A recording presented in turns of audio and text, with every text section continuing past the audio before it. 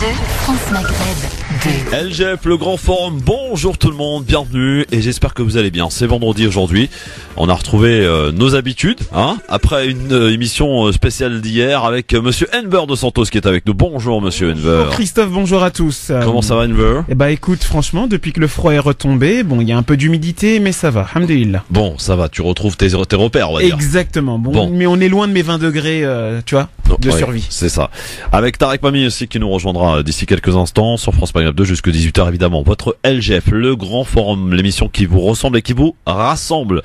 Mesdames, messieurs, la liberté est opérée est à son maximum ici sur France Maghreb 2 et sans langue de bois avec les règles d'usage qu'il faut toutefois respecter bien sûr et que vous connaissez.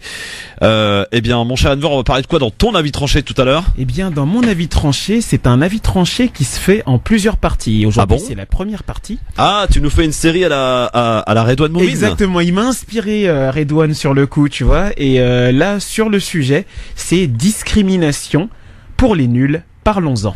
Ah, c'est pas mal. Avec c'est ma pas première mal. partie, tendance. ils disent. Ils disent. Exactement. Au pluriel. Voilà. Oui. Et ton coup de cœur, je crois que c'était un humoriste. Exactement. Mon coup de cœur va aller à monsieur Ami Di Maria, un humoriste que j'ai découvert au Jamel Comedy Club et que j'ai croisé sur la Courneuve, qui est vraiment super marrant parce que je trouve que ça change.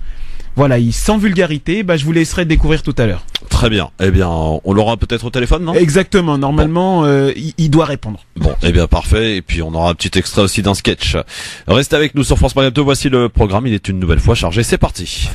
Le grand forum avec Christophe Fro sur France Maghreb 2. Au programme de ce grand forum de ce vendredi, Arabie Saoudite, le nombre d'exécutions a doublé depuis que Mohamed Ben Salman a été nommé prince héritier en 2017. Comment les médias occidentaux étouffent la violence du prince héritier? Jean-Yves Le Drian, le ministre des Affaires étrangères, je quitte le Parti socialiste. Il en profite pour continuer de menacer la Syrie. C'était hier matin sur CNews. Une commission de magistrats a ouvert jeudi la voie à l'expulsion à la demande du ministre de l'Intérieur d'un influent imam salafiste algérien, Aladi Doudi, soupçonné d'avoir mené dans sa mosquée marseillaise des prêches radicaux et haineux à l'encontre des femmes, des juifs et des chiites. La question LGF du jour, plusieurs médias ont rapporté que le Premier ministre pourrait bien candidater à la mairie de Paris en 2020. Il aurait été cité au groupe Les Républicains du Conseil de Paris comme candidat potentiel d'union entre la droite et la République en marche pour déloger Anne Hidalgo de l'hôtel de ville. Les jours d'Édouard Philippe à la tête du gouvernement sont-ils comptés selon vous? Vous répondez oui ou non sur Facebook France Maghreb 2 ainsi que sur Twitter LGF officiel. Et un bon libertad, histoire de bien terminer la semaine en fin d'émission. France Maghreb 2, France Maghreb 2. LGF, le grand forum sur France Maghreb 2. Ravi de vous retrouver. C'est vendredi. Aujourd'hui, nous sommes le 9 mars avec monsieur Enver de Santos qui est donc avec nous et Tarek Mami. Bonjour Tarek. Bonjour Christophe, bonjour Enver, bonjour à toutes bonjour, et bonjour à tous. Tout à fait. Voilà. Aujourd'hui, vous avez vu hier, on n'avait que des femmes autour de cette table. Merveilleux. Et aujourd'hui, que des hommes. Voilà. Ça, c'est presque normal parce que là, je vais faire comme l'auditeur qui vous a pris la tête à 3 reprises hier. Les femmes, elles ont droit à 1 jour par an. Et les hommes à 364. Voilà, comme ça il sera content. Voilà, et pour rééquilibrer, je dirais qu'elles ont bien besoin de repos aussi. Alors on prend le relais. En tout cas, c'est bien parce qu'on s'aperçoit finalement que ces femmes s'émancipent et qu'elles savent répondre comme il se doit à ces hommes qui parfois les attaquent. Et que dans nous, à France Maghreb 2, notre rôle, c'est de participer à ce travail, non pas d'émancipation, parce que les femmes n'ont pas besoin de nous pour le faire, mais pour la visibilité de cette émancipation, et là il y a moins d'endroits pour s'exprimer. Exactement. Alors messieurs, avant de parler de la question du jour, avant de parler aussi de l'Arabie Saoudite et du prince MBS, le zapping, les moments forts qu'il ne fallait pas rater à la télé et à la radio. Et là, je peux vous dire que c'est très varié. Alors ça va être le contraire tout à l'heure, cher Christophe. On verra. On va commencer ce zapping, si vous le voulez bien messieurs, avec les meilleurs moments donc qu'il ne fallait pas rater à la télé et à la radio. L'œil du 20h de France 2, hier soir, la parité homme-femme. À l'Elysée, faites ce que je dis mais pas ce que je fais visiblement, écoutez. La défense des droits des femmes, pour Emmanuel Macron, on a tous à y gagner. Les entreprises où il y a de l'égalité homme-femme, ce sont des entreprises qui innovent davantage, qui réussissent davantage. Et dans l'entreprise d'Emmanuel Macron alors, à l'Elysée, combien sont-elles ? Voici la composition du cabinet de la présidence et des conseillers. 70% d'hommes, 30% de femmes. On est loin de la parité, très loin même, quand on regarde dans le détail. Au cabinet du président, 11 hommes, 1 femme. Au pôle économie, 6 conseillers hommes, 0 femme. Au commandement militaire et à l'état-major, 13 hommes, aucune femme. Alors, où sont-elles ? Elles sont majoritaires notamment à la santé et à la communication. Le seul secteur paritaire, les services administratifs. Comment expliquer cette absence de femmes ? Nous avons contacté l'Élysée. Il y a sans doute une autocensure de la part des femmes quand on prend en compte les contraintes liées à l'exercice de ces fonctions. Pour les postes de conseillers, il y a beaucoup plus de candidatures d'hommes que de candidatures de femmes. Emmanuel Macron veut publier les noms des entreprises qui ne respectent pas la loi sur l'égalité des salaires, car, dit-il, personne n'a envie d'avoir le bonnet d'âne de la classe en la matière. En matière de parité homme-femme, le bonnet d'âne, Emmanuel Macron y échappe de peu. Dans l'équipe de son prédécesseur François Hollande, il y avait encore moins de femmes. Seulement 27% contre 30% aujourd'hui. C'est un petit peu l'arroseur arrosé, messieurs, quand même, non ? Plus que ça, c'est un peu la poudre de perlimpinpin. Ah oui. On n'arrête pas d'en parler depuis plusieurs mois, depuis son élection, que c'est un prince de la com. Alors peut-être que là encore, c'est un effet de com sur le côté, moi je suis pour la parité, mais en fait pas d'application au sein même de son gouvernement et de son équipe. C'est fait ce que je dis parce que je peux être arrêté, non ? C'est ça ? Est-ce qu'on peut être un peu, avoir un peu de mansuétude pour le prestigidateur ? Je pense que non, mais je pense qu'il y a un état de fait et qu'il faut bousculer l'état de fait, parce que la phrase qu'il a dit ces 2 ou 3 derniers jours, en dehors de publier la liste des noms, c'est de faire une obligation légale. Et quand on arrive aux obligations légales et que si on ne fait pas, on paye. Les chefs d'entreprise en général, qui sont encore très majoritaires hommes, dans cette proportion probablement 70-30, feront le pour et le contre, et ils disent, est-ce que si je rentre une dame, je paye moins, mais est-ce que je gagne dans l'entreprise ? Et là, ça va être un vrai travail de réflexion, parce que jusque-là, comme il faut montrer l'exemple, Tarek. Non, mais comme les musulmans, jusque-là, tout ça tourne à l'émotion. Et il va falloir passer à la raison. Et bien sûr, il faut qu'il passe, qu'il donne l'exemple, comme vous dites, vous avez raison.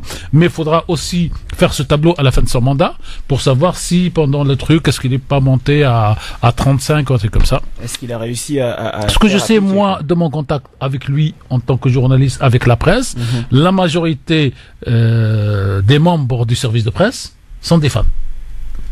Exception peut-être. Mais est-ce que c'est pas pour l'image, justement ? Je sais pas. Alors, suite de ce zapping est toujours sur France 2. Hier soir, vous avez peut-être regardé, le magazine Complément d'enquête tente de faire parler Pénélope Fillon. Écoutez. Pour la faire changer d'avis, nous tentons une autre approche, à l'ancienne. Bonsoir Madame Fillon. Nous sommes journalistes à Complément d'enquête pour le magazine France 2. Et je vous propose si vous voulez pas m'écouter, ce que je peux comprendre, de vous en aller, mais c'est de me lire. Je vous ai fait une lettre. Ah, très bien. Je vous écris pour voir si on peut se parler au téléphone et vous expliquer un peu notre projet. Très bien, je lirai votre lettre. Merci. Merci à vous. Au revoir. Nous n'aurons pas de réponse à notre lettre. Plus un mot. Pénélope Fillon retourne à son silence et son mystère. Le mystère Pénélope Fillon, donc hier sur France 2 dans Complément d'enquête, Tarek. Ah ben moi je dis bravo au journaliste qui fait un effort pour faire son boulot. Je veux dire, c'est vrai que Complément d'enquête et l'effet papillon et quelques émissions ont commencé à faire ce travail, qu'aujourd'hui ce travail est capturé pratiquement par l'émission de Yann Barthès, qui est devenu spécialiste dans la chose, et si ça pouvait s'équilibrer entre celui qui fait du rentre dedans systématiquement, mais pour faire rire la salle, pas pour donner l'information, et ceux qui font leur vrai travail de journaliste, je dirais ce jour-là, bravo messieurs les journalistes, vous êtes en train de faire votre boulot que vous oubliez souvent de faire. Enver. Moi je rejoins monsieur Ami sur ce point-là, venant moi-même du journalisme, c'est qu'à un moment donné, il faut peut-être, c'est un peu aussi comme ce métier de policier. À un moment, je pense que ce sont 2 métiers qui sont décriés parce que, à un moment donné, le travail a été mal fait. Et le peuple n'a plus confiance dans la presse. Le peuple n'a plus confiance dans la presse. Et si, par exemple, voilà, à travers complément d'enquête ou des émissions de Madame Lucet et autres, ben voilà, les journalistes arrivent à montrer que le travail de journalisme, le vrai travail de journalisme existe, et ben la confiance reviendra. Hier, je vous apprends rien, c'était le 8 mars, c'était la journée internationale des droits des femmes et la secrétaire d'État à l'égalité homme-femme, elle était où? À la télé. Dans quelle émission, d'après vous, messieurs? Ben, ça peut être que chez monsieur, comment s'appelle, CNews, 20h. Eh ben, même pas. Même pas. Le bouffon du roi, c'est lui. Vous savez que le CSA et moi, c'est une grande histoire. Une histoire à 3 millions d'euros. Oui, mais je note, Cyril, que vous avez fait beaucoup de progrès. Vous avez fait beaucoup de progrès dans la maîtrise de votre antenne. Je vous pouvez être tout aussi drôle, tout en étant respectueux, donc bravo pour ça. Et elle l'a même félicité, Marlène Schiappa, chez Cyril Hanouna hier dans TPMP. Bon. Alors, la place des politiques dans ce genre d'émission? Moi, je suis contre, j'ai toujours été contre. Ou alors, qu'ils viennent pour ne pas parler politique. Mais le mélange des genres m'a toujours hérissé, qu'elles viennent parler de leur vie familiale, de ce qu'elles ont fait avant, de leur espoir, des films qu'elles aiment, c'est normal. C'est une citoyenne ou un citoyen comme les autres. Mais venir utiliser la casquette du chef, je rappelle juste que le président de France 2 a été à un certain moment nommé par le président de la République pour aller au CSA, et là on est en train de réfléchir, donc on a l'impression qu'on vient donner les ordres beaucoup plus qu'autre chose. Ouais. Enver, ça te dérange, toi? Moi, ça me dérange fortement parce qu'à un moment donné, au-delà même du mélange des genres, c'est moi ce que j'attaquerais, c'est plutôt le côté où on veut singer les Américains. Les Américains, ça, ils savent faire. Tu vois, mettre un politique ou quelque chose dans une émission, un talk show, parce que le gars va parler de sa vie privée, bien sûr, il va parler de politique, mais ils vont pas, voilà, ça va pas être une émission de clown ou quelque chose. Sauf qu'en France, on veut tellement copier le modèle américain dans les talk shows, parfois etc. très mal d'ailleurs. Et super mal, tu vois, le Saturday Night Live, que ça, on voit ce que ça a donné, les émissions à la Arthur, etc. On voit ce que ça a donné. Et puis là, on invite une politicienne pour juste, bah voilà, la mettre en avant parce qu'il y a beaucoup d'audimat sur une émission. C'est juste de la clownerie et puis bon, voilà quoi. Ah oui, il y a beaucoup d'audimat. C'est le pire, c'est que ça fait beaucoup d'audimat. Alors, pour terminer ce zapping, eh bien, je vous propose une attaque en règle contre Jean-Pierre Elkabbach, signé Edoui Plenel. C'était ce matin sur France Inter. Il était venu faire le bilan de Mediapart à l'occasion de l'anniversaire de Mediapart. Écoutez Edoui Plenel qui s'en prend à Jean-Pierre Elkabbach. Nous montrons comment le pouvoir est dans sa bulle. Les passe-droits, par exemple, Monsieur Le Drian et ses petits-enfants à Barcelone. Où ils vont ensuite se défendre, ces messieurs? Ils vont chez Monsieur Elkabbach, qui ne pose aucune question qui dérange. Monsieur Elkabbach est un diplodocus qui, depuis 50 ans, est là pour servir les puissants, est là pour servir le journaliste de gouvernement, qui ne posera jamais la question qui dérange. Quand je faisais mes révélations sur la présidence de François Mitterrand, c'était déjà Monsieur Elkabbach. C'était le journaliste qu'on appelait quand le pouvoir a besoin de se défendre. Donc bien sûr qu'il y a une colère légitime. Nous, journalistes, et c'est ça le bilan aussi de Mediapart, nous devons reconquérir la confiance du public. On ne peut pas dire on s'impose, respectez-nous. Il faut montrer qu'on est utile. Il faut montrer que nos informations sont utiles.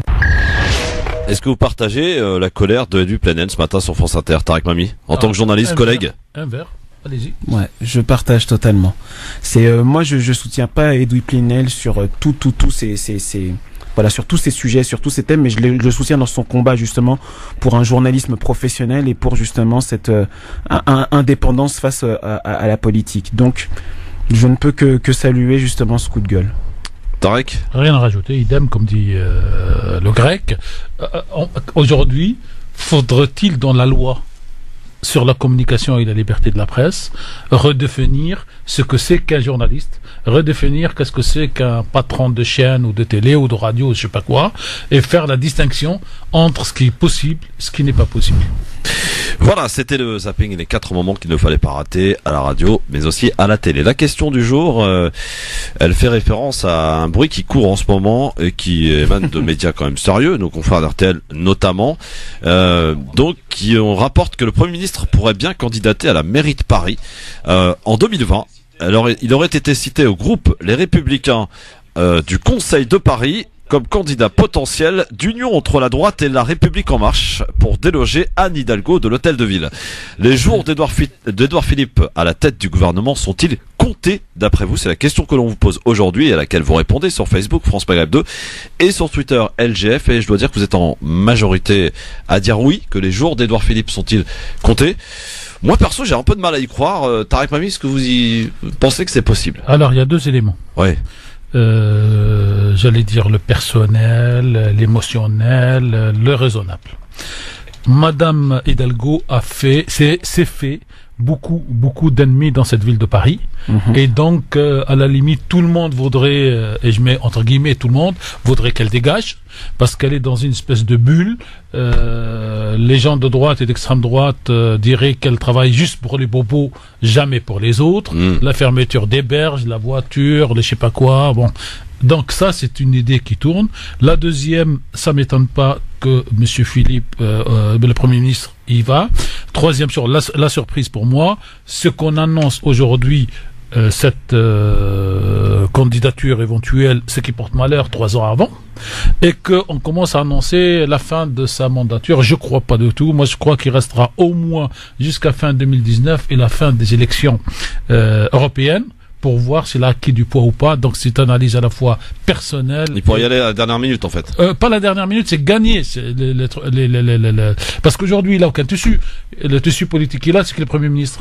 Donc s'il venait à gagner ou à ne pas trop perdre l'élection européenne, il aurait une espèce de carcasse extérieure qui explique que ce qu'il a réussi au gouvernement, ce qu'il aurait réussi en Europe, il peut le réussir à Paris. Et là, il y aurait les gens, alors je vous le dis clairement tel que je le pense, de droite, du centre et beaucoup de gauche qui voteraient pour lui, parce que la situation actuelle ne fait pas plaisir aux gens de gauche non plus. Mais est-ce que ça démontre pas, Enver, amis auditrices, auditeurs, d'ailleurs vous pouvez nous appeler au 01 40 39 000 pour nous donner votre avis, est-ce que ça démontre pas finalement dans cette histoire qu'il n'y a plus de figure de leader dans ces partis, d'où donc appelé à la rescousse Édouard Philippe qui lui est en poste, qui bon pour le coup a pas une mauvaise image auprès de l'opinion publique, ça dépend, un coup ça descend, un coup ça monte. Est-ce que ça démontre pas le fait finalement que ces partis sont complètement défaits, que personne, on parle même plus du Parti Socialiste, mais chez les Républicains, qui pourrait se dégager pour candidater à la mairie de Paris. Là, il y a vraiment un problème de casting, on a l'impression. C'est au-delà même du problème de casting, et tu l'as dit, c'est qu'à un moment donné, ce sont deux partis qui n'existent quasiment plus. Le Parti Socialiste et donc les Républicains, bon, certes, existent dans les faits, et voilà, avec quelques ténors qui sont encore là, et peut-être une nouvelle génération qui arrive, mais au-delà de ça, pour l'instant, le parti qui est en avant, c'est La République En Marche. Donc moi, la question que je poserais ne serait pas si il va se lancer ou pas, c'est surtout, est-ce que le maître de cérémonie, c'est-à-dire Monsieur Emmanuel Macron, va l'autoriser? Est-ce qu'il va perdre justement son atout justement séduction, parce que on est d'accord en tout cas qu'il va être obligé de s'en séparer si toutefois Édouard Philippe est effectivement intronisé pour candidater à la mairie de Paris. C'est pas sûr, tu vois. Moi, je pense que à un moment donné, si Édouard Philippe se lance, il sera obligé de s'en séparer, mais au dernier moment. Ce sera vraiment au dernier moment, parce que la République En Marche fera le travail pour lui. Et à un moment donné, il va préparer le terrain en mode, bah vas-y, le dernier moment, non, je ne me prononce pas. Et puis, vu qu'on m'a appelé, bah voilà, je suis la personne idoine. Et comme l'a dit Monsieur Mami, bah voilà, gauche, centre, droite, tous derrière justement le Premier ministre pour aller rétablir un équilibre que Hidalgo a défait sur Paris. En tous les cas, vous pouvez, si vous le souhaitez, également répondre à cette question sur Facebook, France Maghreb 2, LGF officiel sur Twitter et en nous appelant 01 40 33 9000. Quelques infos en bref avant d'aller du côté de chez MPS. Le petit gros va rencontrer un malade mental.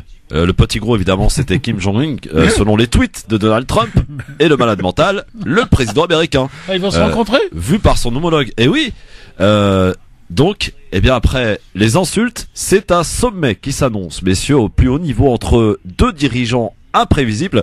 Ils vont se rencontrer d'ici la fin mai, on ne sait pas encore où exactement. En attendant, les États-Unis maintiennent leurs sanctions contre Pyongyang et la Corée du Nord, elle, suspend ses essais nucléaires et balistiques. Voilà où on en est. Est-ce que c'est une rencontre? 3 observations. Oui. Pronostic rencontre à Pékin, où les deux peuvent se rendre, j'allais dire, en toute sécurité. Conseil, je demande au service secret chinois d'interdire toute arme dans les poches de l'un et de l'autre, comme ça a été exigé à certains moments par le roi Hassan II dans un sommet arabe où il a fait désarmer avec l'accord Saddam, Arafat et Gaddafi. Et puis troisième observation ou remarque, espérons que du pire sorte un minimum de mieux. Ouais. Remarquez, on avait touché le fond dans cette affaire, pour le coup. Alors, est-ce que Donald Trump, franchement, c'est vraiment quelqu'un d'imprévisible quand même. Oui et non. La réalité, c'est, moi, je l'ai appris dans ce milieu. Il paraît que même son comment dirais-je, son ministre des Affaires étrangères n'était même pas au courant. Mais c'est ça aussi. Enfin, pour moi, c'est bidon. Sincèrement, je te le dis très sincèrement, c'est bidon. L'histoire de la Corée du Nord et justement des États-Unis, des menaces, des essais, etc., est dure depuis plus de 30 ans.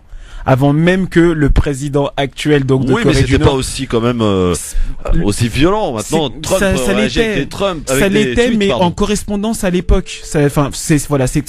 C'était vraiment l'époque faisait justement la violence du moment.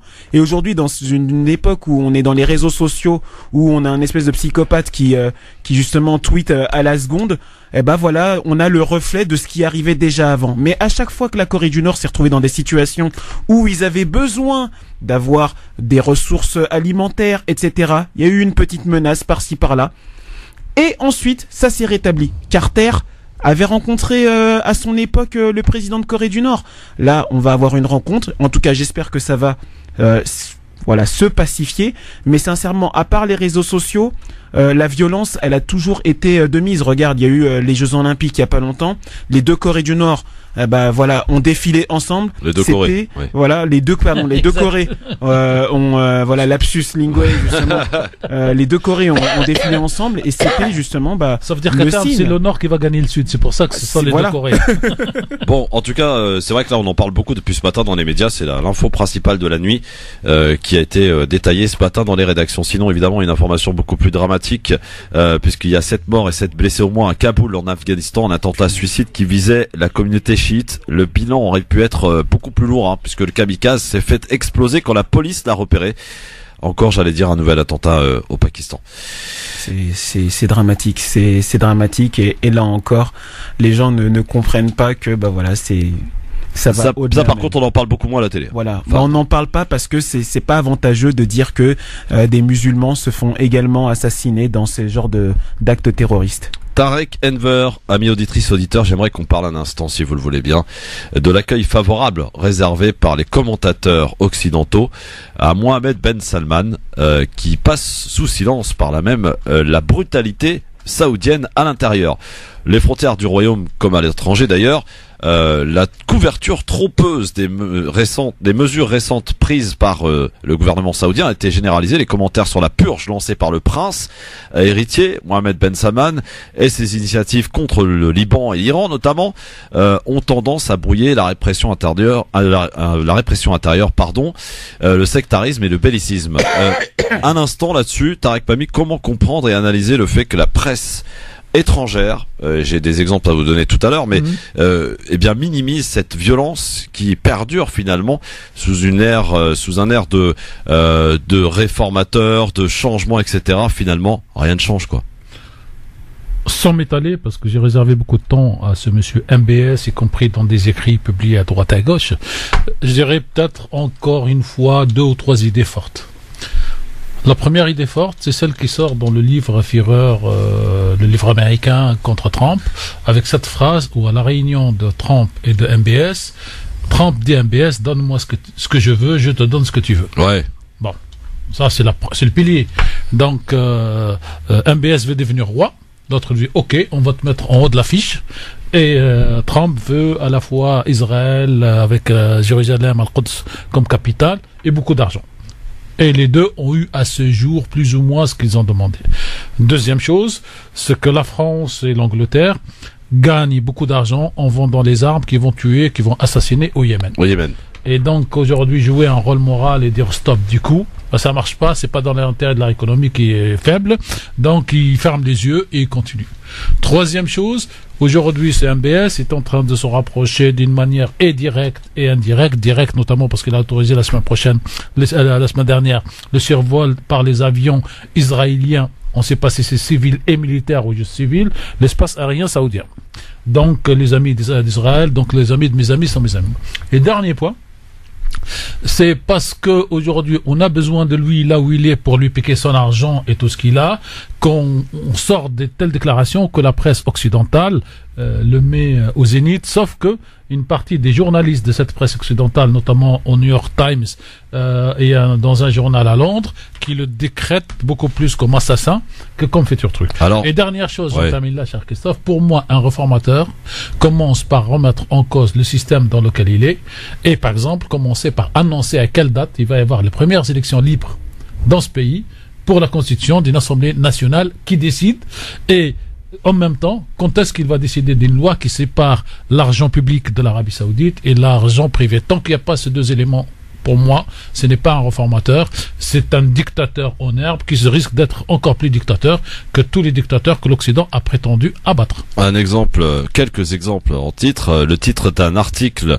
rédigé par Patrick Wotoun pour le Guardian décrit le prince héritier comme un homme téméraire, animé d'une ferveur réformatrice. L'auteur inscrit ensuite la purge dans le cadre d'une révolution culturelle et sociale. Alors, si vous permettez, tout à l'heure, Christophe, je vais sortir une de mes phrases pour l'article KBS que j'intitule « L'homme pressé, très pressé, trop pressé ».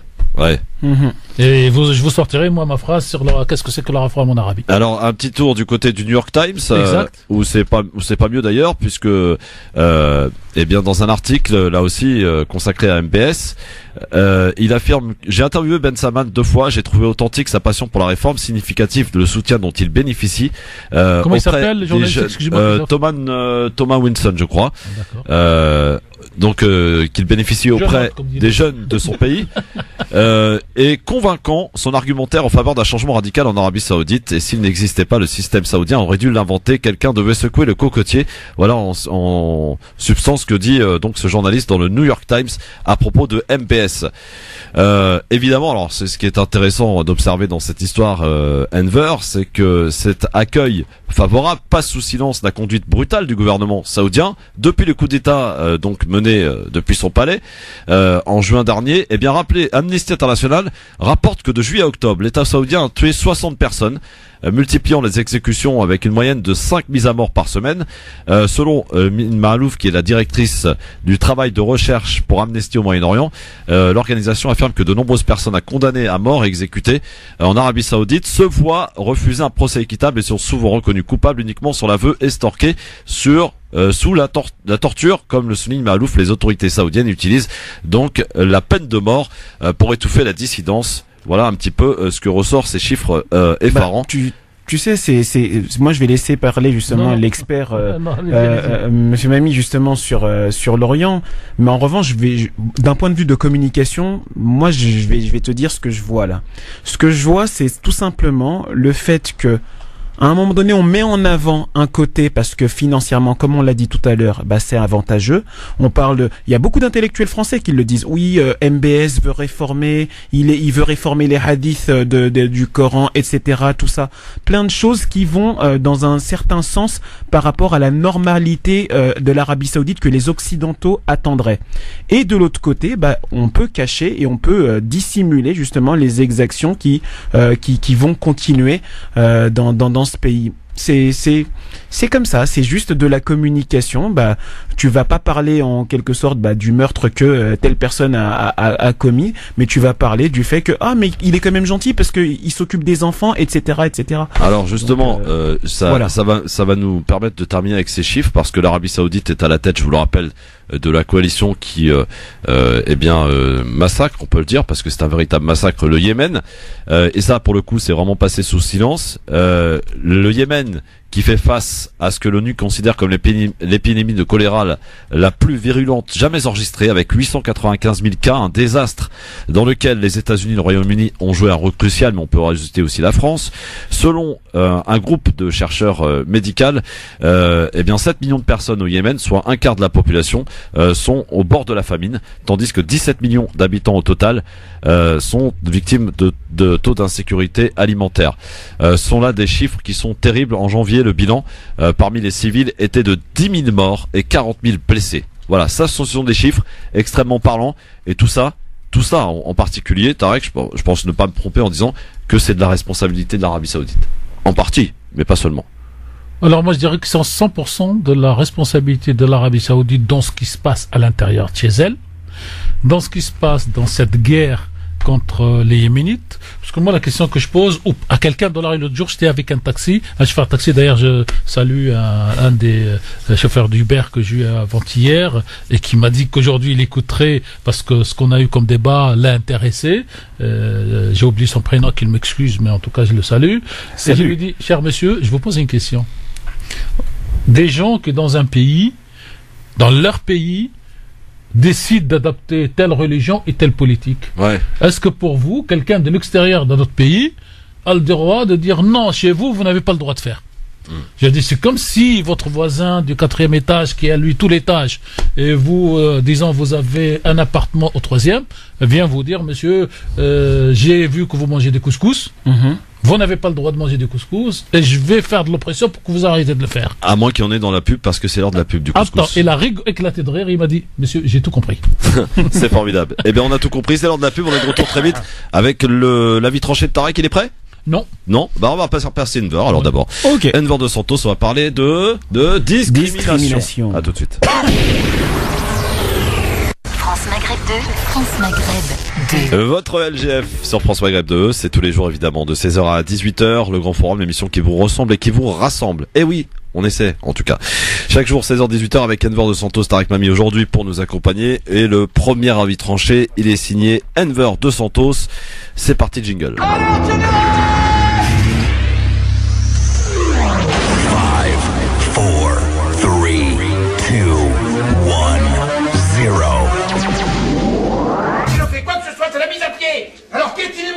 Alors Enver nous fait du Redouane Moumine puisqu'il entame une série d'avis tranchés autour d'un thème, la discrimination. Exactement, la discrimination. Et j'ai décidé de l'intituler « Discrimination pour les nuls, parlons-en ». Et voici ma première partie qui s'intitule « Ils disent ».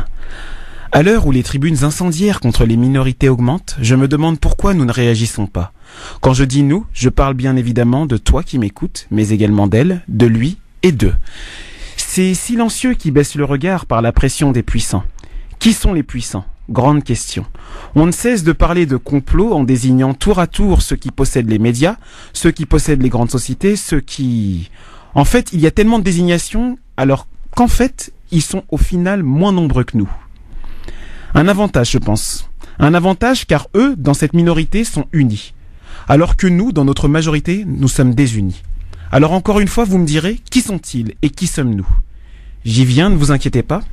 Ils possèdent les richesses de ce bas monde et nous font croire que certains d'entre nous sommes les responsables des inégalités, de la famine, du chaos, et sincèrement, nous en sommes en partie responsables. Nous sommes ceux qui travaillons dans les usines, dans les bureaux, ceux qui dorment par dorment dehors, par -10, dans les plus belles avenues de Paris. Nous croyons en la nature, nous croyons en Dieu, nous essayons de croire en l'humanité, nous luttons pour protéger les nôtres. Nous pleurons la disparition de nos enfants tués par un terroriste dans une école, mais ils l'appellent déséquilibré. Nous essayons de nous soigner et ils nous demandent une assurance, une mutuelle. Nous souhaitons vivre ensemble, ils nous indiquent que celle-ci, avec son foulard, est une menace à notre tranquillité. Que celui-ci, avec sa kippa, et celle-ci, au trait du visage qui me rappelle l'Asie, gagne beaucoup d'argent et que c'est à lui que je dois en vouloir. Ils disent que cette femme à la peau d'ébène devrait contrôler ses enfants qui font trop de bruit, mais surtout qu'il y a un véritable problème d'odeur. Ils disent que nous jouons la comédie avec notre jambe atrophiée, que pour nous la mendicité c'est un business et qu'après quelqu'un viendra me récupérer en Mercedes. Ils disent que je veux prendre leur travail, Ils disent que je veux prendre leur travail alors que notre histoire commune nous a liés pour l'éternité. Ils disent que nous ne sommes que des citoyens de papier et pourtant, de par leur nom, eux aussi l'ont été. N'est-ce pas l'hôpital qui se fout de la charité? Ils disent que cette gamine, cet homme, cette femme sont des terroristes alors qu'ils défendent leur droit à vivre en humanité. Alors, où sont-ils lorsque nous mourrons, achevés par des guerriers sanguinaires déguisés en bouddhistes? Où sont-ils lorsqu'enlevés par des terroristes à la sortie de l'école, nous avons mis le monde en émoi par un tonitruant, bring back our girls? Ils disent de nous que nous voulons voler leur terre, nous voulons voler leur chance, Mais leur chant, justement, c'est que nous coulons dans les eaux de Lampedusa. Ils disent. Qui sont-ils? Je pourrais vous dire peu importe, mais le vrai souci est qu'ils disent et nous ne faisons rien. Nous ne disons rien. Qui sont-ils? La question est qui sommes-nous? Et la réponse est simple. Nous sommes les 99%. Toutes les couleurs, intellectuels, ouvriers, chômeurs, musulmans, chrétiens, athées, véganes, LGBT, sans-abri, agriculteurs et tellement d'autres. Nous nous divisons pendant qu'ils sont unis, alors ils disent. Laissons-les se battre entre eux.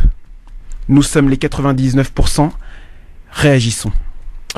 Merci pour cet appel, mon cher Enver. Tarek, appel partagé? Non seulement partagé, mais j'ai mes amis qui, quand je commande quelque chose, me disent tiens, Tarek va rajouter une louche. J'aurais eu envie de rajouter une louche. Mais je suppose qu'Enver rajoutera les louches pour les semaines prochaines. Oui, puisque c'est dans le cadre d'une série, donc évidemment il y aura forcément la prochaine louche. Exactement. Et ça va aller crescendo. Je voulais vous faire part, ça me laisse l'occasion de... Tu me tends une perche, mon cher Enver. Vous savez que la semaine dernière il faisait quasiment moins 4, moins 5 degrés à Paris. Tout à fait. Il y a eu une initiative organisée par Mamassi et des élus qui sont sortis dans la rue pour aller soutenir les SDF ou pour dénoncer en tout cas le fait que des SDF dorment dans la rue. Et parmi ces élus, un que vous connaissez bien qui s'appelle Nasser Lajili, qui est dans l'équipe AGF, me faisait une réflexion. Il m'a dit j'ai été triste, non pas effectivement de voir la misère parce que on la connaît, mais triste de voir que parmi les 48 élus, il y avait que des gens d'origine. Et ça l'a dérangé.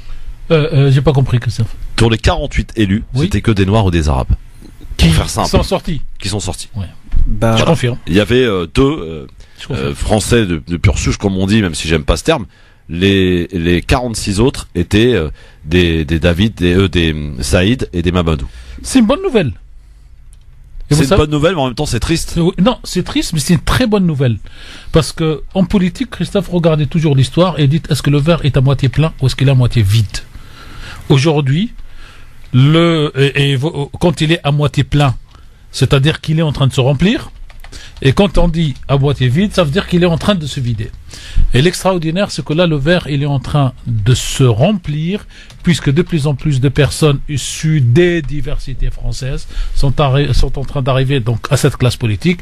Et j'allais dire, on verra dans 30, 40 ou 50 ans que la majorité et la minorité vont tellement fusionner qu'il y aurait 48 sous-chiens, comme disait Houria Boutelja et le procès qui s'est suivi, comme 48 des terriens de l'extérieur. Exactement. Et donc pour moi c'est une très très bonne nouvelle. Est-ce que tu partages la positive attitude de Tarek Mami? C'est même au-delà de la positive attitude. Après, c'est vrai qu'on se rejoint sur beaucoup de points avec Monsieur Mami, mais franchement, au-delà de cette positive attitude, c'est vrai. C'est que moi, je me souviens qu'à un moment donné, les députés et les élus étaient les représentants du peuple. Et qu'à un autre moment donné, ces représentants du peuple, il n'y avait pas nos pairs, c'est-à-dire on voyait un seul type de population. Et aujourd'hui, à travers ces 48 élus qui effectivement étaient que des origines, etc. Moi, je vais pas retenir leurs origines. Je vais retenir qu'ils étaient français et qu'ils étaient représentants justement de leurs pairs, et que va venir un moment où justement toute cette population noire, blanche, asiatique, d'origine asiatique et autres, etc. Elle va se réunir, elle sera justement le peuple français et on va l'entendre. Ce qu'ils ont fait, ça n'est qu'un début. Ça n'est qu'un début. Il faut continuer.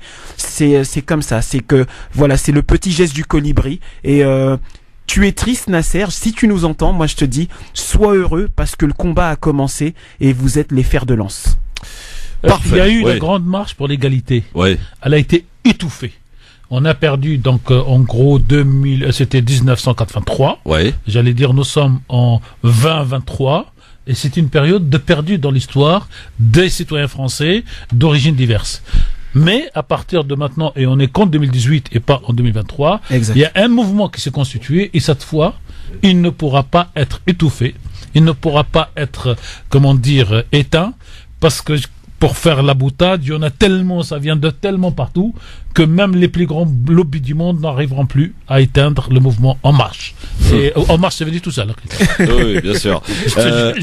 Avant de parler politique et avant de s'occuper du cas Le Drian, on va accueillir Fatima, parce que les auditrices, auditeurs, évidemment, peuvent intervenir au 01 40 33 9000. Fatima, bonsoir. Bonsoir Christophe, bonsoir à Longue Vie à Tarnami et bonsoir à votre invité. Bonsoir Santos. Bonsoir Fatima. Voilà. Moi je voudrais revenir sur le fait que les politiques ont couché dehors pour...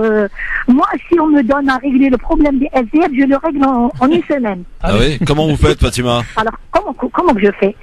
Il y a énormément de casernes, de bureaux vides, de ceci, de cela.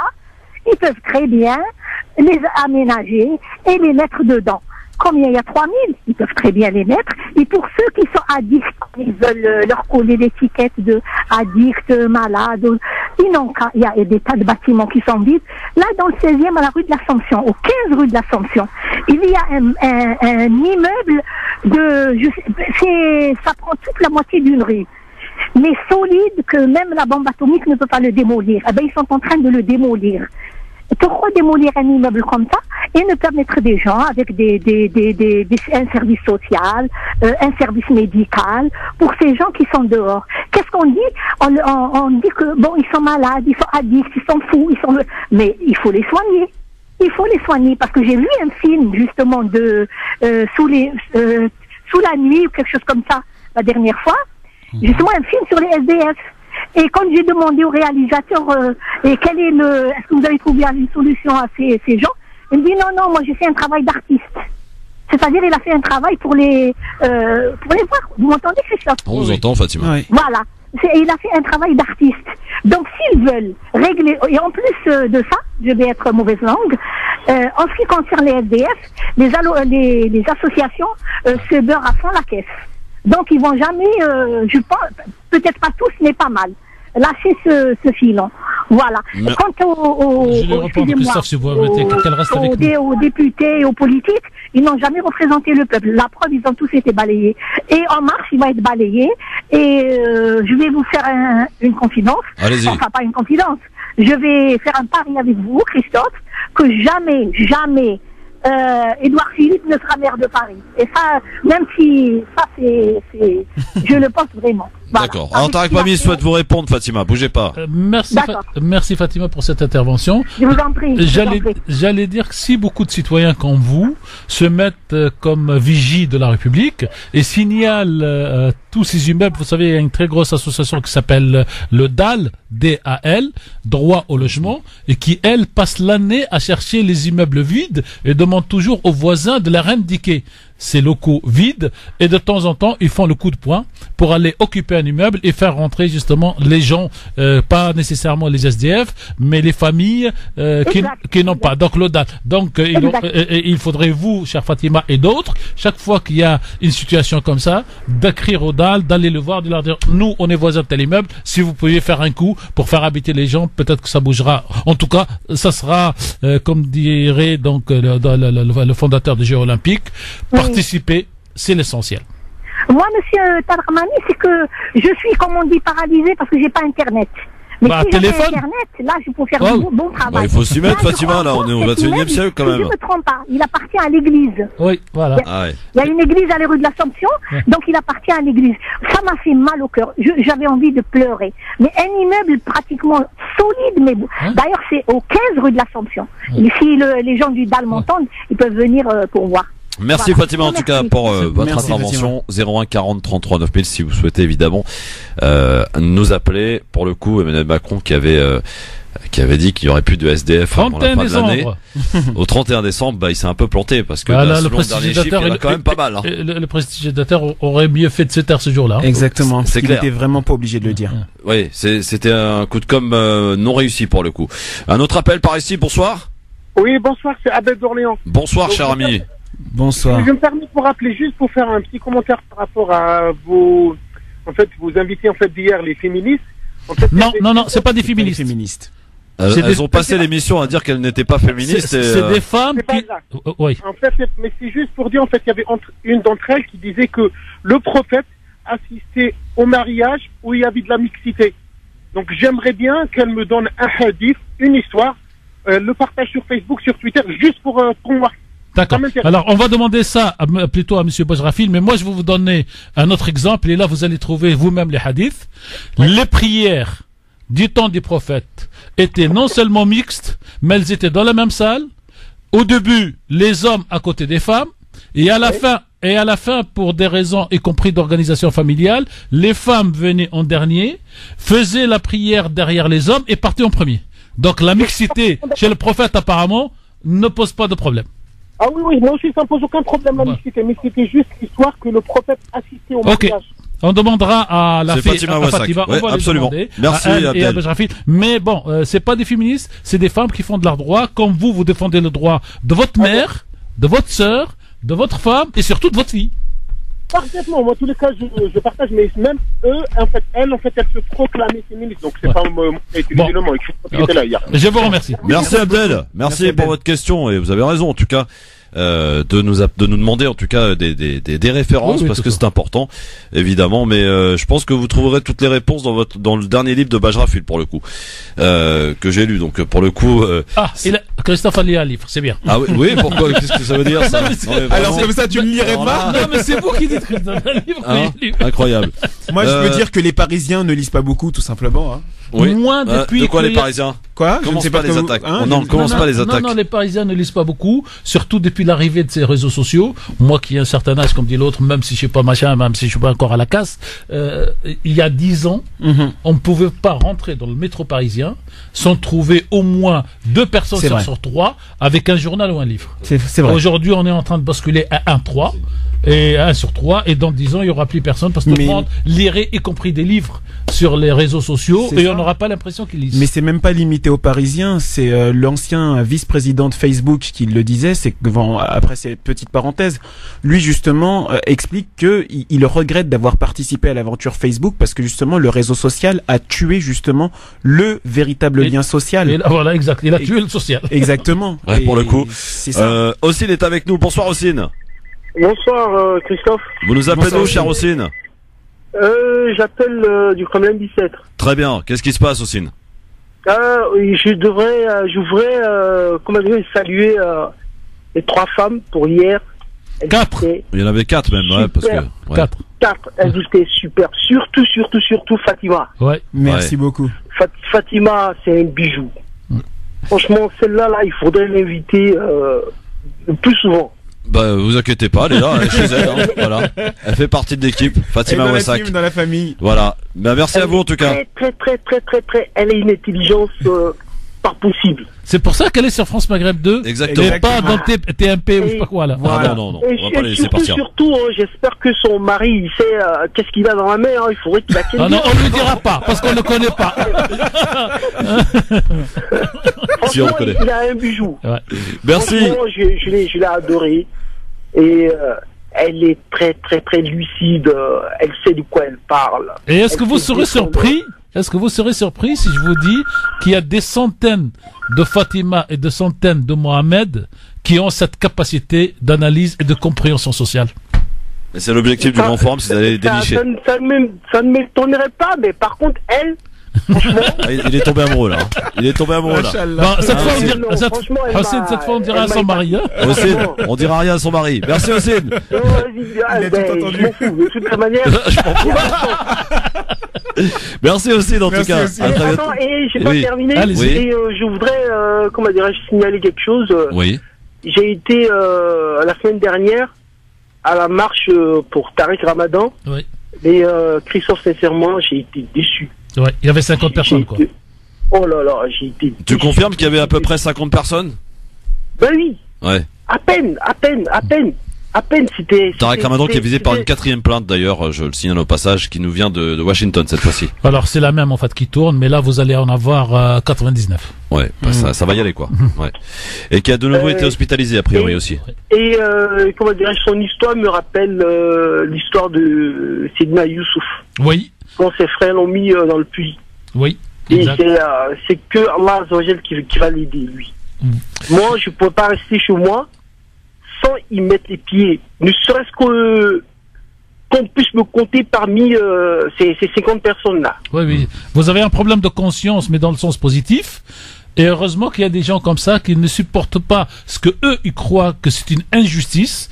Et c'est leur rôle d'y aller. C'est comme ceux qui vont à la manifestation de la Palestine, la manifestation donc des musulmans birmans, les trucs comme ça. C'est-à-dire qu'on se sent un être humain qui vient en solidarité à d'autres êtres humains. Et c'est à votre honneur. Non, Monsieur Mami, écoutez-moi. Hein. Et moi, j'étais même pas au courant de cette manifestation. Je l'ai appris lors d'une prière, comment dirais-je, dans une mosquée hebdomadaire, vendredi. Oui, d'accord. Et alors, par contre, oui aussi. J'ai informé certains frères. Mais moi, je me demande qui est-ce qui serait la prochaine victime, quoi. Et Monsieur Mami, j'ai une question. Allez-y, j'ai médité là-dessus et j'aimerais avoir votre point de vue. J'espère pouvoir y répondre. Je me demande si c'est pas un mal pour un bien du fait qu'il y ait eu... Alors si vous me branchez sur ce sujet, je vais vous dire non seulement que pour moi c'est un très grand mal pour un futur encore plus grand bien, parce que le problème avec Tariq Ramadan, avec lui ou malgré lui, a fait que des milliers de personnes, surtout les jeunes dans ce pays, ne réfléchissent plus par eux-mêmes, et ne font que reprendre ce que Tariq disait, à tort ou à raison. Par exemple, l'année dernière, moi je l'ai critiqué, parce que l'année dernière, il a dit qu'il ne fallait pas participer aux élections présidentielles. Et pour moi, il a tort. Mais... Avant ça, je suis pas au courant. Ouais, non, mais je vous le dis. C'est pour ça que je vous dis, un très grand bien peut sortir, parce que chacun de ces jeunes et de ceux qui vont arriver derrière, quand on va leur dire, il dit oui, mais j'espère qu'on ne tombera pas dans d'autres problèmes. Donc, et moi, qu'est-ce que je dis? Et nous, ici à France Maghreb 2, on a une théorie, je sais pas si vous lisez un petit peu l'arabe ou pas, mais en tout cas, même en français, vous trouverez quelques mots. L'histoire intellectuelle des musulmans s'est construite sur deux idées. La première idée, elle s'appelle Naql. A-N-A-K-L, qui veut dire en arabe une transmission sans réflexion. Et la deuxième, c'est Aql. A-Q-L, qui veut dire transmettre après avoir compris et raisonner pour transmettre ce que toi tu as compris et non pas ce que le cheikh a dit au XIIe siècle. Je préfère la deuxième. Voilà. Et si de ce malheur qui frappe Tariq Ramadan, je dirais pas notre frère parce qu'on rentrerait dans des trucs de communautarisme, mais le citoyen, l'homme Tariq Ramadan, qui en plus apparemment est vraiment malade puisqu'il a été hospitalisé 3 fois en 37 jours de détention, et ça s'invente pas. C'est pas lui qui bricole pour qu'on l'envoie. Si de ce malheur, de ce grand malheur pour lui et pour tous ceux qui sont dans son esprit, sa mouvance, tous nos jeunes se mettent à réfléchir par eux-mêmes après avoir lu Tariq Ramadan ou quelqu'un d'autre, ce sera peut-être ça, et vous avez raison, votre vision de dire de ce mal sortira peut-être un plus grand bien. Question, est-ce que vous auriez le même discours lorsqu'il sera peut-être condamné, ce qui est possible? Non, moi sincèrement. Non, mais répondez-moi. Est-ce que vous aurez au fond de moi, je pense pas qu'il serait condamné. Parce que y a rien. Ben oui, mais c'est ça moi qui me dérange, c'est que moi on entend dans des prêches, dans des mosquées, pas plus tard que la semaine dernière, en disant quoi qu'il ait fait, vous devez le soutenir. Moi ça me dérange ce genre de truc. Ça me dérange ce genre de prêche. Alors ce prêche, Christophe, conviction. Moi c'est mon intime conviction. Christophe, si vous permettez, et Mohamed aussi. Alors ça part d'une vision religieuse que les gens n'expliquent pas non plus, parce que les gens plongent dans la religion, prennent des mots, prennent des hadiths et ne savent pas ce que ça veut dire. Ça vient, cher Christophe, de la phrase connue Ansar akhaka zaliman aw madlum. Soutiens ton frère, qu'il ait tort ou qu'il ait raison. Et les mecs, qu'est-ce qu'ils comprennent? Ton frère a tapé, il va le soutenir. Alors que l'explication religieuse, c'est soutiens ton frère, qu'il ait tort ou qu'il ait raison. Quand il a le raison, il faut le soutenir dans la raison. Et quand il a tort, tu le soutiens en l'empêchant de continuer à faire du tort. Ouais, j'aime mieux comme ça, mais bon, voilà. C'est pas expliqué comme ça. Non, mais malheureusement. Non, mais ce qu'on peut voir sur les réseaux sociaux, Enver, je sais pas si tu partages mon avis. Et merci pour l'auditeur. Hein, merci aussi, en tout cas. C'est affligeant de voir que des gens osent dire.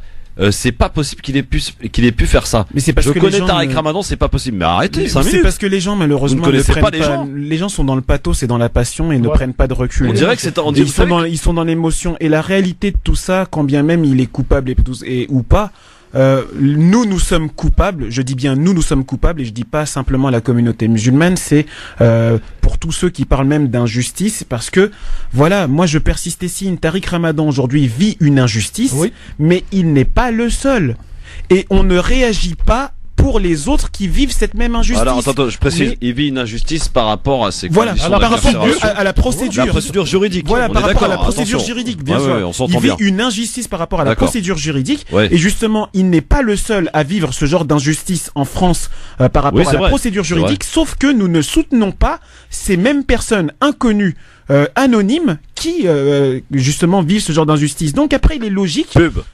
Voilà. Merci.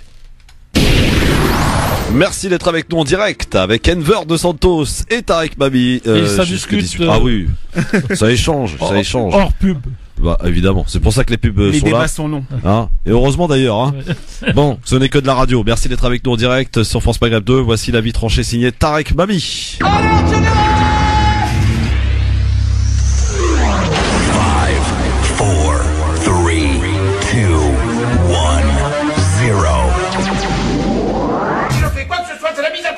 Alors piétinez-moi, allez-y. Mon doigt de pied me dit que l'on va parler du traitement des médias mainstream, Tarek.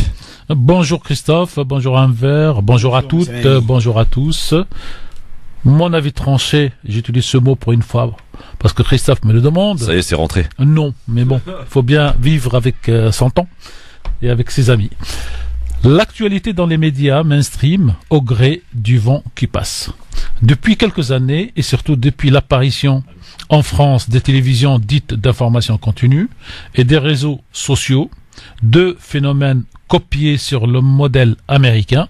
Merci aux Américains au passage d'être inventifs, car ici et maintenant, nous n'avons rien inventé, nous n'avons rien créé, car ici, rien ne se crée, rien ne se perd, tout se transforme, comme disait un physicien français. Aujourd'hui, des écrans TV et les antennes des radios réservent la totalité de leur programme à un ou deux titres enflammés et enflammants. Et je ne parle pas ici du mode de traitement de cette information qui oublie tous les autres sujets avec lesquels ils nous ont bassinés pendant des semaines et des semaines. Les sujets qui squattent l'actualité à tour de rôle, un peu comme ce que l'on appelle dans la presse écrite les marronniers, sont la mort de Johnny, l'héritage de Johnny, la neige qui bloque le pays, l'immigration, et surtout, s'il vous plaît, vous êtes sur France Maghreb 2, donc vous avez le droit de l'écouter, de le dire, de le répéter et de le savoir, l'islam sous toutes ses facettes et coutures, entre un Benzema et la sextape, entre une Ménel sans foulard et ses tweets dits complotistes, entre Tariq Ramadan et l'accusation de viol qui le poursuit, et en veux-tu, en voilà, il faut surtout, chers auditeurs, absolument surtout savoir que ces plaintes proviennent pour la première de Madame Enda Ayari, de la seconde de Christelle, un surnom, et de la troisième de, alors là, c'est Marie Omonia, c'est à vous, c'est à toi de choisir. Excusez-moi de revenir sur cette question, mais aujourd'hui, en écrivant ce billet, j'ai essayé de retrouver dans ma mémoire active ou ma mémoire vive, comme les ordinateurs, l'actualité de plusieurs sujets aujourd'hui. Par exemple, la situation des musulmans birmans est plus proche de nous, la situation en Catalogne qui nous a bercés pendant plusieurs semaines, et les élections en Italie qui viennent d'avoir lieu, sans qu'on en tire beaucoup les leçons sur l'avenir de l'Europe avec ces élections. Et comme disait Gabin, je sais à 7 ans, je sais à 17 ans, puis à 20 ans, puis à 40 ans, et enfin à 77 ans, je sais que je ne sais pas. Je pense que Christophe va sauter sur l'occasion pour nous faire écouter quelques grains du Gabin, qui est ma chanson préférée ici à LGF, quand j'ai l'occasion et le plaisir de venir. Mais on parle d'une contre-programmation à la télévision. La contre-programmation dans la télévision commerciale qui court derrière l'audience, c'est la première chaîne, la première dans l'absolu, le premier programme un film récent, le deuxième programme une émission de divertissement et le troisième programme une pièce de théâtre. Bug informatique dans ma tête. il y a longtemps qu'il n'y a plus de pièces de théâtre dans la télévision française. Reste pour les plus âgés un nom qui résonne, Donald Caldwell, pour les décorations. Mais ça, c'est une autre histoire parce que Donald Caldwell rappelle aux plus identitaires que la France a toujours été un grand pays de la diversité où un citoyen sur 5 a un grand-père soit étranger, soit d'origine étrangère. Contre-programmation à la radio. Ça va peut-être arriver un jour qu'une radio fait de la contre-programmation. Excusez-moi, il y en a déjà aujourd'hui, mais c'est une contre-programmation musicale qui fait que 40% de titres, qu'une quarantaine de titres tournent sur les mêmes radios, s'adressent à un public dit jeune, à qui on efface une mémoire si l'on avait un petit peu avec ses parents, et à qui on ne transmet pas une mémoire culturelle collective. En tout cas, ici sur France Maghreb 2, je vais demander à notre cher Christophe d'occuper dorénavant la fonction de vigie et de tour de contrôle pour nous aider à réfléchir et à rafraîchir nos mémoires et de relancer sur ces questions d'actualité, identité, vous avez compris pourquoi, qui sommeillent en nous et on les oublie. Et ne serait-ce que de temps en temps de nous poser une question du jour avec une question d'actualité oubliée. Magnifique, hein? Excellent. Tu connaissais Enver? Ah bah du tout. Ah bon? Non, vraiment, je découvre. Je connaissais pas du tout cette chanson. Et que rajouter de plus à ce qu'a dit Monsieur Mamie, si ce n'est rien. Bon, voilà. C'est bien, moi. C'est ça. Bon, eh bien peut-être que Anissa a quelque chose à rajouter, qui est avec nous au 01 40 33 9000. Bonsoir Anissa. Oui, bonsoir Christophe, bonsoir Tariq, bonsoir à votre invité. Bonsoir. Donc moi, justement au sujet de Tariq Ramadan, je voulais partager une information avec vous. Donc il y aura dimanche 11 mars un rassemblement au parvis de Trocadéro, au parvis des droits de l'homme à Trocadéro. Samedi 11 mars, il y aura un rassemblement pour présomption d'innocence au sujet de Tariq Ramadan. Voilà. Très bien, merci beaucoup madame. S'ils peuvent être nombreux pour voilà, un peu plus que 50, ouais, c'est sûr. C'est droit. Ouais. Merci Anissa, voilà pour cet appel donc à un rassemblement donc demain a priori si j'ai bien compris. Après-demain. Oui, le 11. Après le 11. Ouais, c'est ça, au Trocadéro. Ouais. Pour demander donc le respect, je suppose que c'est ça, le respect de la présomption. On n'a pas le texte exact, mais en tout cas in fine, c'est pour demander. Qui organise d'ailleurs ce genre de truc, je sais pas. Alors, en fait, la semaine dernière, j'ai fouillé, ouais. Et ce sont des initiatives de citoyens. Et ce n'est pas organisé par ce qu'on appelle le comité de Free Tariq. Non, c'est pas lui. Et d'ailleurs, il a publié un communiqué pour dire que c'est pas lui, mais que chaque citoyen doit réagir comme il le souhaite. D'accord. Bon, changement d'avocat, on l'a dit cette semaine. Oui. Fini Yacine Bouzrou qui pour le coup ne souhaite aucunement réagir. D'ailleurs, c'était le cas avant et encore moins aujourd'hui. Voilà. Donc on va voir ce que ça va donner en tous les cas. Alors on en vient maintenant pour faire un peu de politique française. Jean-Yves Le Drian, vous connaissez, celui qui est le ministre des Affaires étrangères actuel, mais qui était aussi sous la mandature Hollande. Vous savez comment je l'appelle moi aujourd'hui? Comment vous l'appelez? C'est le représentant de Hollande Fabius dans le gouvernement de Macron. Ah, d'accord. En tout cas, il a annoncé hier son départ du Parti Socialiste. Ah non, ok. Donc vous parlez de ça parce que moi j'ai vu autre chose où il a fait une déclaration avant-hier pour dire nous avons la preuve que Bachar a utilisé les armes chimiques. Non, mais c'est pour rigoler. Donc c'est pour ça que c'est le représentant Hollande Fabius. Et je me tais. Alors, donc il a annoncé son départ du Parti Socialiste hier, c'est tout sauf une surprise de la part de celui qui est aujourd'hui chef de la diplomatie française sous l'exécutif d'Emmanuel Macron. Pas une surprise, mais l'ex-ministre de François Hollande était toujours membre du PS, et cela depuis 44 ans. Sa trajectoire politique aujourd'hui, dit-il, c'est celle d'Emmanuel Macron. Jean-Yves Le Drian, hier matin sur CNews. Je suis dans la logique de mon engagement depuis 1974, et j'estime aujourd'hui que la manière d'avancer vers l'Europe, la manière de transformer notre pays, c'est auprès d'Emmanuel Macron qu'il faut le faire, et je regrette que le Parti Socialiste se replie aujourd'hui dans des convictions qui sont, à mon sens, dépassées. Ça veut dire que vous êtes en marche je me retire. Vers le Parti En Marche? Non, je suis dans la majorité présidentielle. Je suis fier aussi de servir Emmanuel Macron. fier de servir Emmanuel Macron, Jean-Yves Le Drian, qui pour autant ne rejoint pas La République En Marche. C'est à CNews donc qu'il avait réservé sa déclaration. Son départ, en tout cas du Parti Socialiste, était une nécessité pour Stéphane Le Foll, l'un des 4 candidats à la tête du parti. Cela à une semaine du premier tour d'élection pour le poste de premier secrétaire du Parti Socialiste. Stéphane Le Foll, cependant, qui ne renie pas l'amitié qu'il a pour Jean-Yves Le Drian. Écoutez. Pas être au gouvernement, soutenu par une majorité, et être dans un parti d'opposition. C'est une clarification qui était absolument nécessaire. C'est des histoires aussi d'amitié, je peux pas dire autre chose. Mais après, en politique, il y a la politique. Et la politique, eh bien, il faut être clair et il faut être cohérent. De la cohérence demandée donc par Stéphane Le Foll à Jean-Yves Le Drian sur Public Sénat. Il a raison, Stéphane Le Foll, Tarek ? Sur la cohérence demandée à Jean-Yves Le Drian. Vous connaissez la phrase ?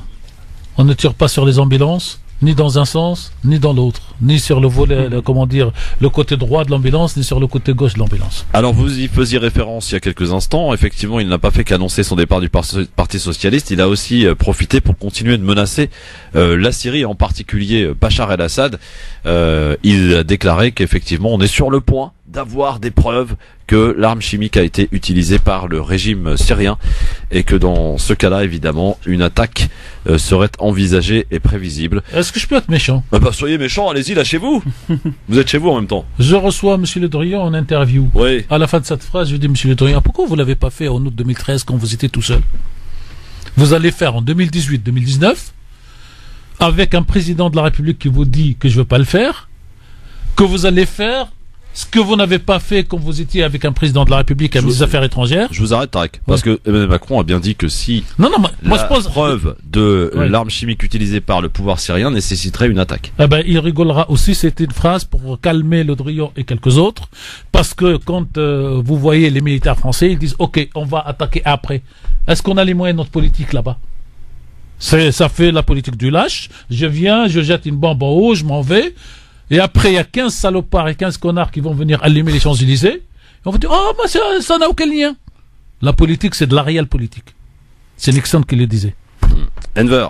Tu sais, ces deux avis-là, celui de Stéphane Le Foll et la jolie phrase de Le Drian qui décide de bombarder la Syrie au cas où, tu vois, ça me fait dire une chose. Autant ce qui va se passer en Syrie m'attriste, autant le départ de Monsieur Le Drian du Parti Socialiste, je n'en ai cure. Pourquoi ? Pour la bonne et simple raison qu'à un moment donné, il l'a dit lui-même dans sa phrase. Cet homme sert Emmanuel Macron. Il ne sert pas les Français. Quand on est un élu du peuple ou quand on est un représentant du peuple, désigné, même nommé, on représente le peuple français. Mais non, lui, il sert un homme. Voilà, pour moi... Très bien. Bon, on va partir à Marseille, messieurs, dames. Non pas pour aller visiter la belle Canebière, mais pour parler du sort d'un imam algérien qui est soupçonné d'avoir mené des prêches radicaux dans une mosquée de Marseille que vous connaissez d'ailleurs, Tarek. Très bien. Mosquée. Et monsieur l'imam aussi. Alors, il devrait être expulsé de France. La commission d'expulsion a rendu en tout cas ce jeudi une décision allant dans ce sens. Les portes d'ailleurs sont toujours closes de cette mosquée. Elle a été fermée par décision préfectorale et la situation manifestement ne peut pas durer avec une mosquée dans un quartier qui reçoit ou qui recevait beaucoup de monde, continuellement être fermée.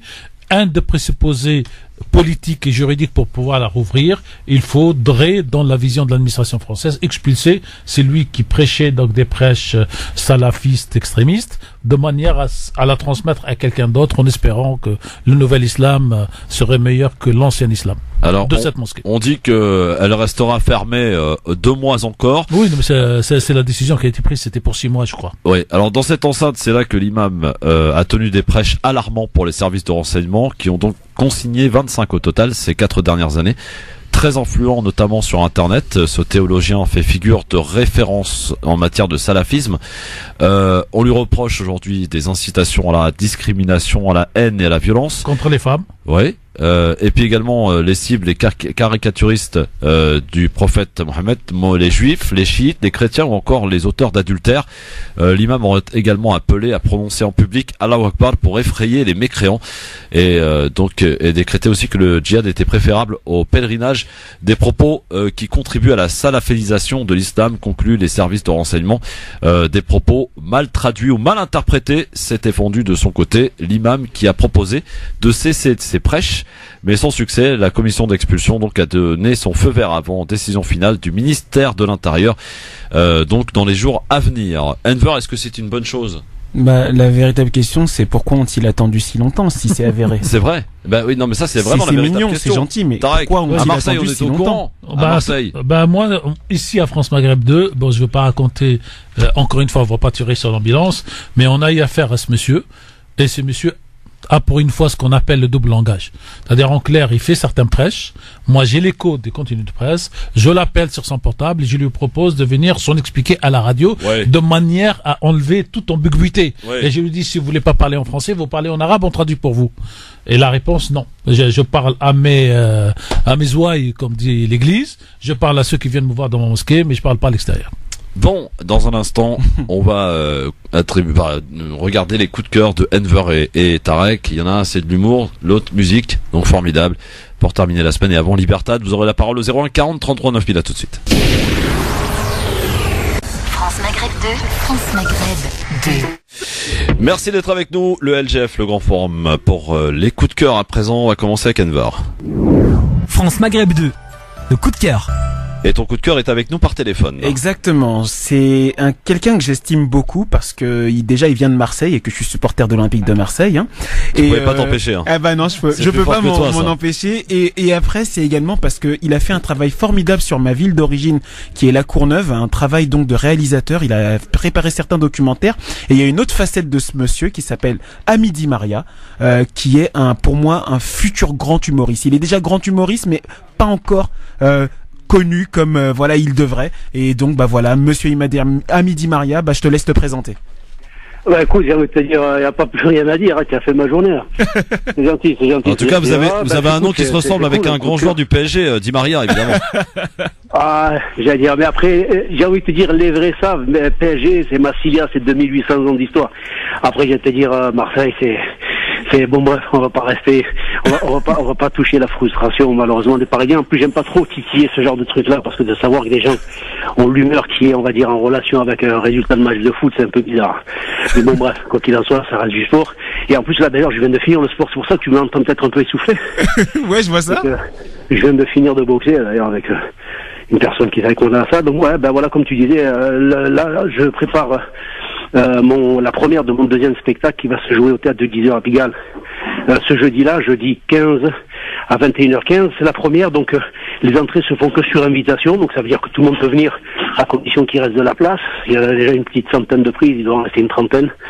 Donc voilà, pour ceux qui veulent, on va dire, venir se faire plaisir, et venir, n'hésitez pas, surtout que j'ai passé un maître praticien PNL il y a pas longtemps, et que mon spectacle tourne autour de ça, c'est-à-dire comment construire sa propre identité, justement, quand on parle d'un supporter du PSG ou de l'OM, je vais dire justement, je parle un peu de ça, mais de manière drôle et sérieuse à la fois, donc, et je parle aussi de la souffrance du peuple noir américain dans un des sketchs qui je trouve n'a pas été assez traité pour moi avec les humoristes qui sont un peu dans le game en ce moment et qui pourtant, je vais dire, sont de cette origine.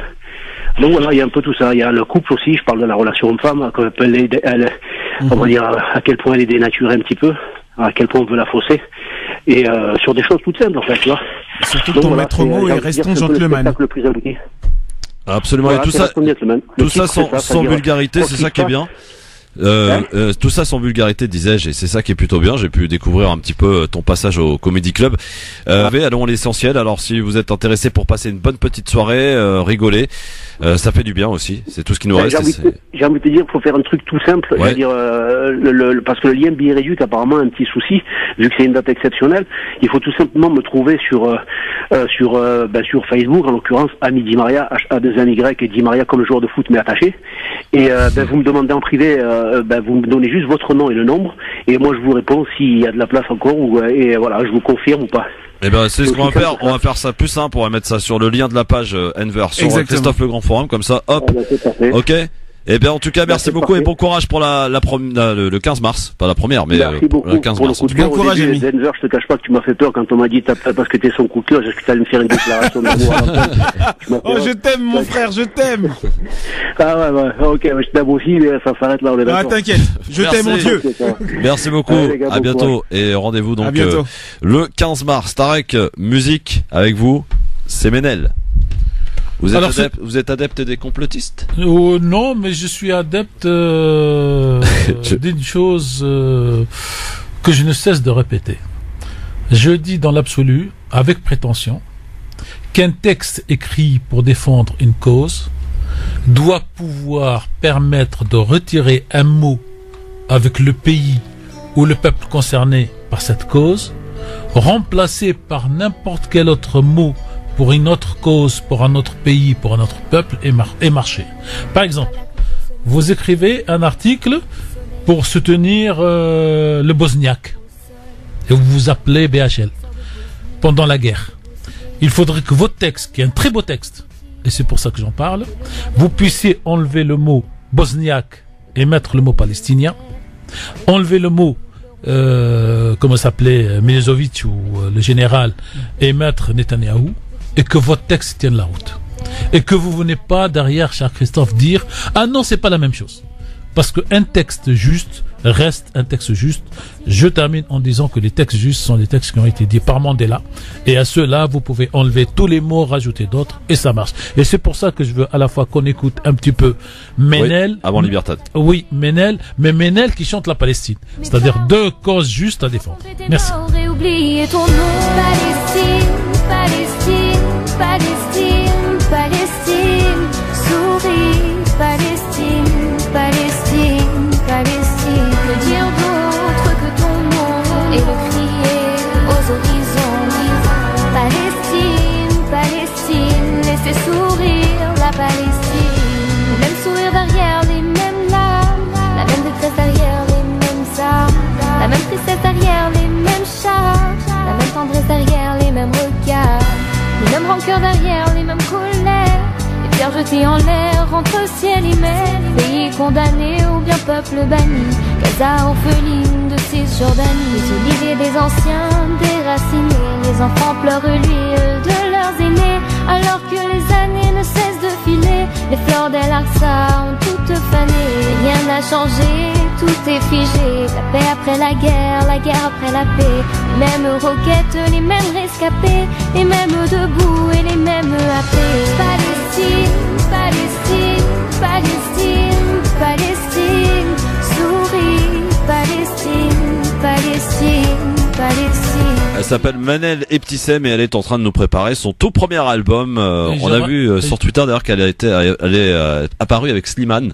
Donc je pense qu'il y a un petit duo qui se prépare. Que c'est quand même, qu'on le veuille ou qu'on le veuille pas, une voix cristalline, magnifique. Elle peut faire une carrière sans avoir besoin d'aller faire des salles de spectacle, ni d'aller faire, je sais pas moi, des plateaux télé, parce que la voix suffit à elle-même. C'est ça. C'est vrai, elle a une voix magnifique. Et d'ailleurs, pour preuve, j'ai encore écouté sa participation dans The Voice, ils sont tout de suite retournés. Hein. Ah oui. Voilà. Ah oui. Bon, allez, un petit Libertad pour terminer, j'allais dire en beauté cette semaine du LGF sur France Maghreb 2 avec Tarek Mami, avec Enver de Santos. Allô, bonsoir, qui est là? Bonsoir Christophe, excusez-moi, je voulais juste savoir pour la manifestation au Trocadéro dimanche 14h Trocadéro dimanche. 14h, ok, merci beaucoup. Bah, je vous en prie, Fatima. Quand vous voulez savoir, vous nous appelez, on est là, on sait. 01, enfin, dans la mesure du possible. 01 40 33 9000 pour nous appeler. Vous nous appelez, tiens, ça fait longtemps qu'on n'a pas eu de nouvelles de Suisse, là, ou de notre ami des États-Unis. 00 33 40 33 9000 pour nous appeler. Allô, France Maghreb 2, bonsoir. Bonjour, bonsoir, c'est Mohamed de Lyon. Bonsoir. Salut Mohamed de Lyon, comment ça va à Lyon? Ça fait bien, ça fait super beau, ça fait du bien, du beau temps. Et comment il écoute à Lyon? Sur l'appli, monsieur Tarek Mami. Merci, cher monsieur. Et je voulais vous saluer, puis juste pour aller dans votre sens, Tarek Mami, pour la petite Ménel, je pense, vite fait, je voulais dire ça, je pense qu'elle n'avait rien à voir avec son fameux foulard, quoi que ce soit. Les gens qui ont voulu l'éliminer, ils ont été voir ce qu'elle a fait avant, c'est-à-dire le soutien à la Palestine. Je vous laisse deviner qui. Cher monsieur, il savait plus ou moins avant. Oui. Et quand elle est passée et qu'elle a soulevé cet enthousiasme général, là, ils ont été fouillés un peu plus pour sortir les tweets. Mais je ne pense pas que ça a à voir avec la fachosphère, M. Takmami. Je pense que, ici, c'est sûr, mais la fachosphère, elle vient d'un certain pays où on veut. Est-ce que vous savez que la fachosphère peut provenir de plusieurs tendances politiques, lobbyistes, pays, géographie? La fachosphère n'est pas aujourd'hui concernée uniquement par l'extrême droite française. Je vous rappelle juste que le gouvernement israélien appartient aujourd'hui à l'extrême droite de ce pays. Merci Mohamed.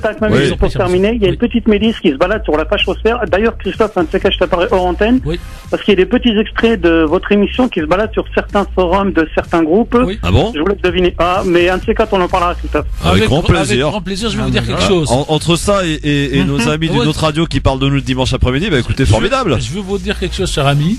Oui. Nous avons un gendarme, et on l'appelle gendarme, le CSA. C'est ceux qui promènent ce que nous disons, nous l'assumons. Bah oui, carrément. Et parce qu'on sait ce que nous disons. Et on n'a pas le temps parce qu'on va laisser quelques autres auditeurs nous dire un petit mot. Mais vous prendrez Christophe et Christophe vous prendra votre numéro de téléphone. On en parlera, ça marche. Et je vous appellerai sur votre portable avec grand plaisir. Merci Mohamed de Lyon.